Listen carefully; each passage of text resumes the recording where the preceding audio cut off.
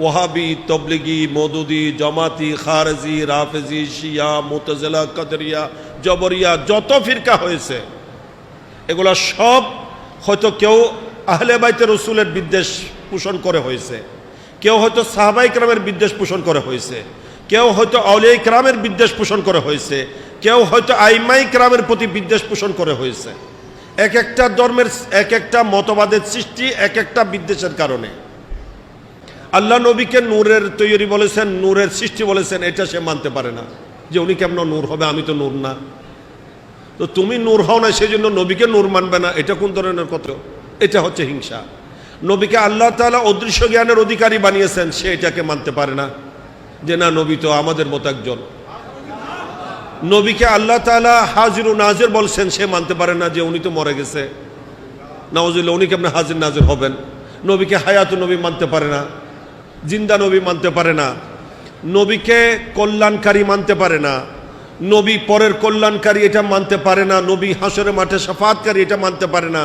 কারণ নবীর প্রতি তার বিদ্বেষ, নবীর প্রতি তার যথাযথ ভক্তি শ্রদ্ধা নেই, যার কারণে নবীকে মানতে নারাজ।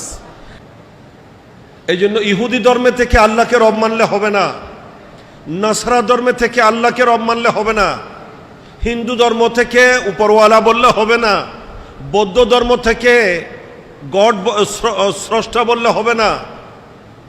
এইভাবে এক এক ধর্ম এক একভাবে আল্লাহকে মানছে, কিন্তু সেই মানা যথেষ্ট নয়। ইসলাম মেনে আল্লাহকে রব মানতে হবে। এই জন্য জিজ্ঞাসা হবে অমা দিন উকা, তোমার দিন কি ছিল বলো। এই মুসলমান যদি হয়ে থাকে তখন বলবে দিন আল ইসলাম, আমার দিন ছিল ইসলাম। কিন্তু এত দূরে যথেষ্ট নয়।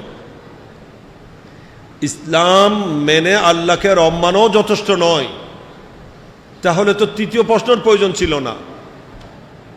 কারণ ইসলামের লেভেলদারি, ইসলামের বুলি বলার লোক অনেক ছিল।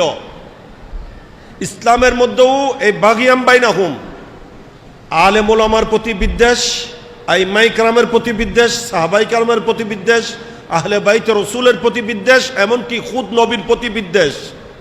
এটার কারণেও ইসলামের নামদারিদের মধ্যে অনেক অনেক মতাবলম্বী সৃষ্টি হয়েছে কিনা। সেই ওয়াহাবি, তবলিগি, মওদুদি, জামাতি, খারেজি, রাফেজি, শিয়া, মুতাজিলা, কাদরিয়া, জবরিয়া যত ফিরকা হয়েছে এগুলা সব হয়তো কেউ আহলে বাইতে রসুলের বিদ্বেষ পোষণ করে হয়েছে, কেউ হয়তো সাহাবায়ে কেরামের বিদ্বেষ পোষণ করে হয়েছে, কেউ হয়তো আউলিয়া কেরামের বিদ্বেষ পোষণ করে হয়েছে, কেউ হয়তো আইমাই কেরামের প্রতি বিদ্বেষ পোষণ করে হয়েছে। এক একটা ধর্মের এক একটা মতবাদের সৃষ্টি এক একটা বিদ্বেষের কারণে। এবং অনেকের মধ্যেই অনেক মত পার্থক্য এই কারণে হয়েছে শুধু নবীর প্রতি বিদ্বেষ, যে আল্লাহ তাআলা নবীকে এত শান কেন দিয়েছেন এটা সে মানতে পারে না। আল্লাহ নবীকে নূরের তৈরি বলেছেন, নূরের সৃষ্টি বলেছেন, এটা সে মানতে পারে না যে উনি কেমন নূর হবে, আমি তো নূর না। তো তুমি নূর হও না সেই জন্য নবীকে নূর মানবে না, এটা কোন ধরনের কথা হইল? এটা হচ্ছে হিংসা। নবীকে আল্লাহ তাআলা অদৃশ্য জ্ঞানের অধিকারী বানিয়েছেন, সে এটাকে মানতে পারে না যে না নবী তো আমাদের মতো একজন। নবীকে আল্লাহ তাআলা হাজির ও নাজির বলছেন, সে মানতে পারে না যে উনি তো মরে গেছে, নাউজুবিল্লাহ, উনি কেমন হাজির নাজির হবেন। নবীকে হায়াত নবী মানতে পারে না, জিন্দা নবী মানতে পারে না, নবীকে কল্যাণকারী মানতে পারে না, নবী পরের কল্যাণকারী এটা মানতে পারে না, নবী হাসরের মাঠে শাফাআতকারী এটা মানতে পারে না। কারণ নবীর প্রতি তার বিদ্বেষ, নবীর প্রতি তার যথাযথ ভক্তি শ্রদ্ধা নেই, যার কারণে নবীকে মানতে নারাজ। এই নবী শান মান না মানার কারণে বিভিন্ন মতাবলম্বনের সৃষ্টি হয়েছে। এই জন্য সেই নবীকে নিয়ে কবরে আসল প্রশ্ন, মূল প্রশ্নটা হবে নবীকে নিয়ে, যেটার উপর একজন মানুষের কবরের পরীক্ষা উত্তীর্ণ হওয়া নির্ভর। সেটা হচ্ছে সেই শেষ প্রশ্ন, লাস্ট কোয়েশ্চেন, শেষ প্রশ্ন যেটা হবে সেটা কি? বুখারী শরীফ খুলে দেখুন, এভাবে মুসলিম শরীফ খুলে দেখুন, সিহাহ সিত্তা খুলে দেখুন, বিভিন্ন হাদিসের কিতাবে এই হাদিস আসছে। মুসলিম শরীফ, বুখারী শরীফে ইমামে বুখারী আলাইহির রাহমা একাধিক সনদের মাধ্যমে বিভিন্নভাবে বিভিন্ন জায়গায় বারংবার তাকরারের সাথে হাদিস রওয়ায়াত করেছেন। এবং ইমাম বুখারী রাহমাতুল্লাহি আলাইহি এখানে যতগুলো হাদিস রওয়ায়াত করেছেন প্রত্যেকটা হাদিসে এইটাই প্রমাণ করেছেন উনি যে আসল প্রশ্ন হবে একটাই, সেটা কি? সেখানে আল্লাহর মাহবুব রাহমাতুল আলামিন হায়াতুন নবী সশরীরে কবরে হাজির হবেন, আল্লাহর নবী জালওয়া হবে, নবী তশরিফ আওয়ারি হবে, এবং সেখানে নবীকে সম্বোধন করে বলা হবে মা কুনতা তাকুল, এটা বুখারী শরীফের ইবারত, মা কুনতা তাকুল ফি হাক্কে হাযার রাজুলিল্লাযী বুইসা ফীকুম। এমনও আছে মা কুনতা তাকুল ফি হাক্কে হাযার রাজুল মুহাম্মদ সাল্লাল্লাহু আলাইহি সাল্লাম। এই মহান ব্যক্তি যিনি তোমার কবরে এসে তশরিফ এনেছেন, তোমার কবরে এসেছেন, মা কুনতা তাকুল, কি বলতে ওনার ব্যাপারে? ওনার ব্যাপারে তোমার কি ধরনের মত ধ্যান ধারণা ছিল, কি আকীদা পোষণ করতে? ওনাকে কি মাটির নবী, আমার মতো তোমার মতো, আমার নেতা তোমার নেতা বিশ্বনবী মুস্তাফা এইভাবে মানতে, নেতা জানতে, মাটির মানুষ মনে করতে? ওনাকে কি পরের উপকার তো দূরের কথা, নিজের কল্যাণ করতে অক্ষম জানতে? মরে মাটি হয়ে গেছে এরকম মনে করতে? উনি দেওয়ালের পিছে কি আছে জানে না, পিছনের খবর রাখে না, উনি হাজির নাজির নন, ওনাকে তাজিম করলে শিরিক হবে, দাঁড়িয়ে সালাম দিলে শিরিক হবে, এই ধরনের আকীদা পোষণ করতে, নাকি অন্য কোনো আকীদা পোষণ করতে? কোন আকীদায় থেকে তুমি ইসলাম মেনেছো সেটা বলো। এই জন্য কবরে প্রশ্ন হবে আপনি কোন আকীদার উপর ছিলেন, এটা কবরের প্রথম পরীক্ষার মেন প্রশ্ন, এটার উপর আপনার কবরের উত্তীর্ণ হওয়া অনুত্তীর্ণ হওয়া নির্ভর। মা কুনতা তাকুল ফি হাক্কে হাযার রাজুল, হাজা ইসমে ইশারা করিব, আরবি গ্রামার যারা জানে তারা জানে, ইসমে ইশারা করিব মানে নিকটবর্তী কোনো বস্তুকে, কোনো ব্যক্তিকে সম্বোধন করে হাজা বলা হয়েছে।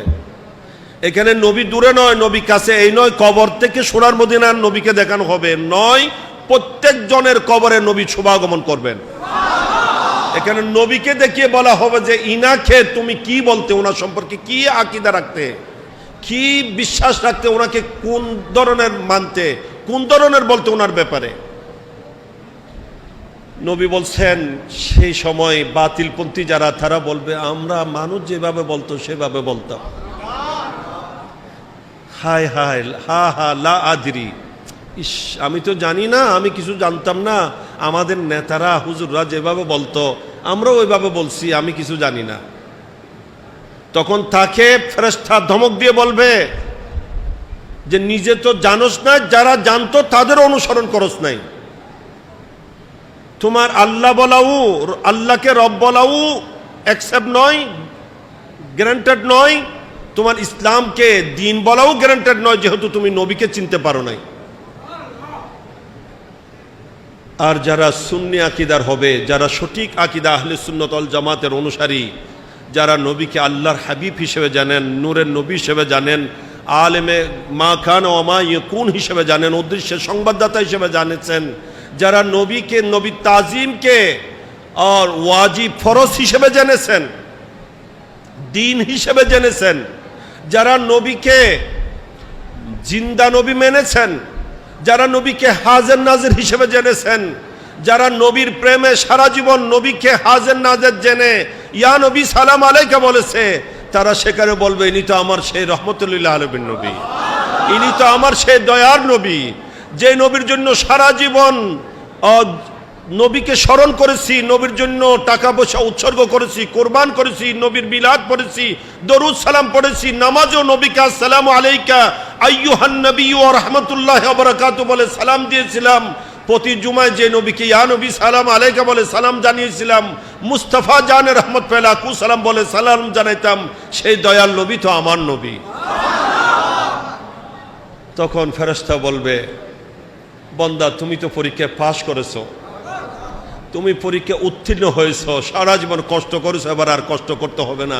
আল্লাহর পক্ষ থেকে বলা হবে ইফরিশু লাহু মিন ফিরাশিল জান্নাহ, আমার বান্দাকে জান্নাতের বিছানা বিছিয়ে দাও,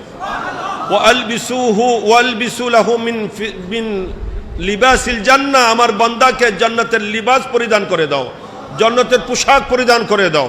ওয়াফতাহু লাহু বাবান ইলাল জান্নাহ, আমার বান্দার জন্য জান্নাতের দিকে গেট করে দাও। আর সে বান্দাকে বলা হবে নাম, বান্দা সারা জীবন অনেক কষ্ট করেছে, এবার ঘুমাও। নাম কানাউমাতিল আরুস, নতুন দুলহা দুলহন যেভাবে ঘুমায় সেভাবে ঘুমাও।